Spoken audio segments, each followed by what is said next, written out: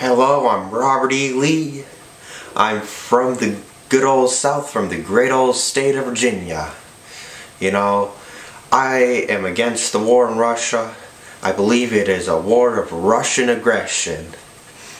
And I tell you what, these Russians claim to be liberating stuff, but they aren't really bringing liberty with them. They're just annexing land, just like the Union when they went down through Dixie and marched through Georgia and did that whole conga line thing around the good old CSA.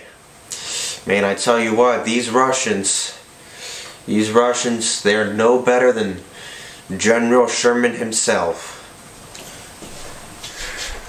Hello my friends, my name is Muhammad, the Islamic Prophet. America #1. I love America, America #1. I am both for and against the war in Ukraine, you know, because Russia, they are uniting the Orthodox faith by invading another Orthodox country, just like how I declared jihad as Islamic Prophet. And now but you know, they are still attacking another Orthodox country, so you know that is not very good. America #1, I love America, okay? I cannot stress that enough because of the horrible things that the people who follow me have done. So yeah, I love America. I just see here. Okay, cool. All right. Yeah, I'm pro-Russia. That's right. They're just taking inspiration from me, man. I mean, like, come on. First I invaded Italy, then I went on to conquer almost all of Europe. Clearly, they're going to do the same thing because they're invading Ukraine, then they're going to take over Belarus, alright? And then they're going to, like, you know, recreate the USSR. I mean, think about Hitler, you know. He Anschlussed Austria, then he invaded Czechoslovakia, and you know, the Sudetenland or whatever. And then, you know, he took over almost all of Europe. So, I mean, just do it, Russia. Just take over all of Europe, you know. That's all I'm saying. Oh, by the way, I'm Napoleon Bonaparte. Yeah, I left my hat at home, so that's why I didn't bring it here. I don't really like what Russia is doing. It reminds me, it's very imperialistic, but at the same time, I'm all for it because they're uniting two people, like how I united China and Tibet as a Sino-Tibetan race by annexing Tibet and totally not invading it.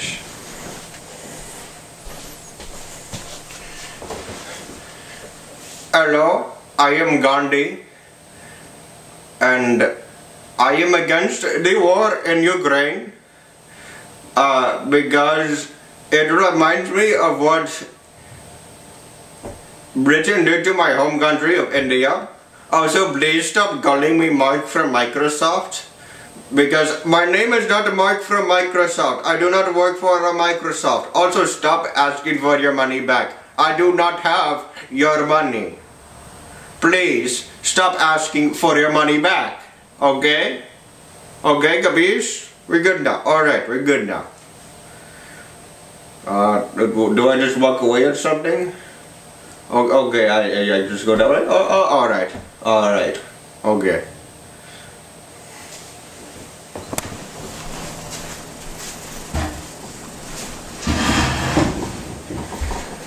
First off, I believe this is a war of Russian aggression towards the Ukrainians.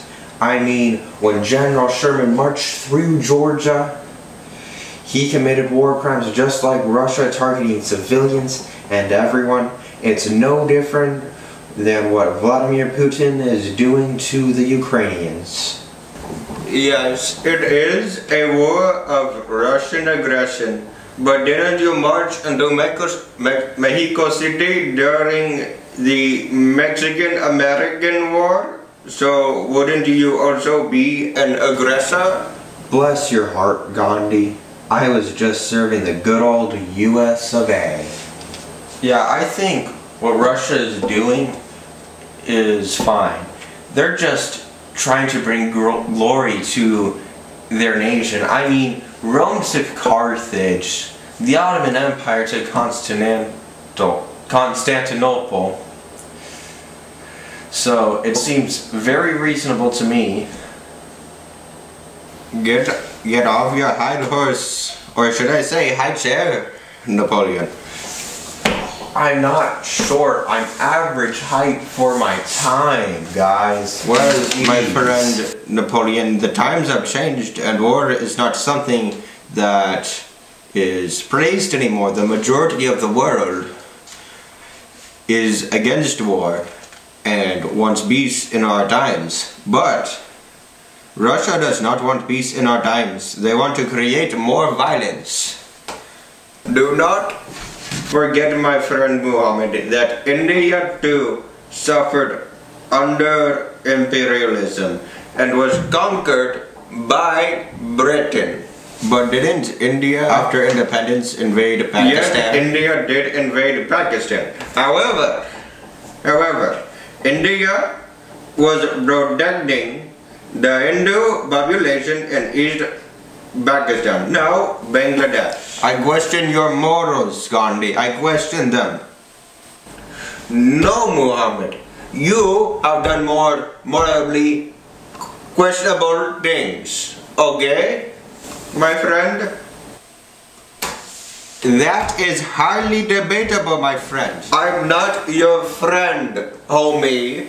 I'm not your homie friend. Fact of the matter is, you both have done very morally questionable things. I'm not even going to say on here because we're on video. But I didn't have slaves. Muhammad had slaves. I had slaves until the governments took my slaves.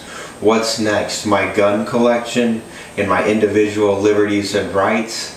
I bet they're going to call that the Patriot Act, and some dude named Bush is going to create it. That would be really funny. You know why they're going to create it? Because of some inside job. Also, our friend Mehmet here, didn't he have slaves as well? My name is not Mehmet. It is Muhammad. And I had slaves. I treated them fairly. So did I. My wife helped educate them. Yes, both of you treated your slaves well according to your own standard. But that does not mean slavery is a-okay, my friends. The war you call the war of northern aggression was completely justified to end slavery. That's what I have to say for that. So then, wouldn't that mean the war in Ukraine is justified? No war is ever truly justified. And when I advocated for India's independence, that is why I advocate for peace. Well, yes, there are some ethnic Russians in Ukraine. There are also ethnic Ukrainians in Russia. So, would that mean Ukraine should invade Russia? I see. However, I do see how a nation should unify all their people across the land, such as in my invasion of Tibet, where I united the Sino-Tibetan race. Well, Russia has clearly been a superior nation historically, because it took a lot of blood, tears, and sweat for them to kick me out of their country, especially in 1812 when I invaded it. Pushed me all the way back to France. They may have had their triumphs in the past, but currently they are having no triumphs. Currently, they have none. Well, aren't both Russia and Ukraine Orthodox Christians, my friend? Yes, they are both Orthodox Christian, but Ukraine is Ukrainian Orthodox, and Russia is Russian Orthodox. When the Ukrainian Orthodox Church was created, the Patriarch of Moscow did not recognize the Ukrainian Orthodox Church, while the Patriarch in Constantinople recognized them. This almost created a schism in the Orthodox Church. It is also important to remember that this war is not only a political divide, but a cultural and a religious divide, which just gives more evidence to why the war in Ukraine is unjust, because Ukraine and Russia, while similar cultures, are not the same. Nonetheless, in my faith of Islam, we only have 3 sects. We have been able to unify under caliphates, so if Russia wants to lead an Orthodox caliphate, we should give all the power to them. Both the US and the UK are Christian, but we aren't flying the flag of the British Empire anymore. Neither is Ukraine flying the flag of the Russian Empire or the Soviet Union, nor is India and Pakistan flying the Union Jack. While maybe they don't fly the flags of their former glorious rulers, but shouldn't that mean new rulers are to take their place? For example, when the Roman Empire fell, the Byzantine Empire took its place. And when the Byzantine Empire fell, the Ottoman and Holy Roman Empires respectively took over its sphere of influence. When the Holy Roman Empire was dissolved, my French Empire took its place. And when I was ousted to St. Helena Island, Prussia went on the rise and unified Germany. So it only seems reasonable that Russia takes Ukraine. Empires have been glorious. The horrors of war have been revealed to us in these modern times, and it is quite clear war is hell, and we should always do our very best to seek and compromise on what we want, and rather what we need. Amen, my Indian brother. God save the South. I'm still pro-Russia, even though they kicked me out of their country in 1812. I may not agree with what you say, but it has been a great discussion, fellow historical figures. Allahu Akbar.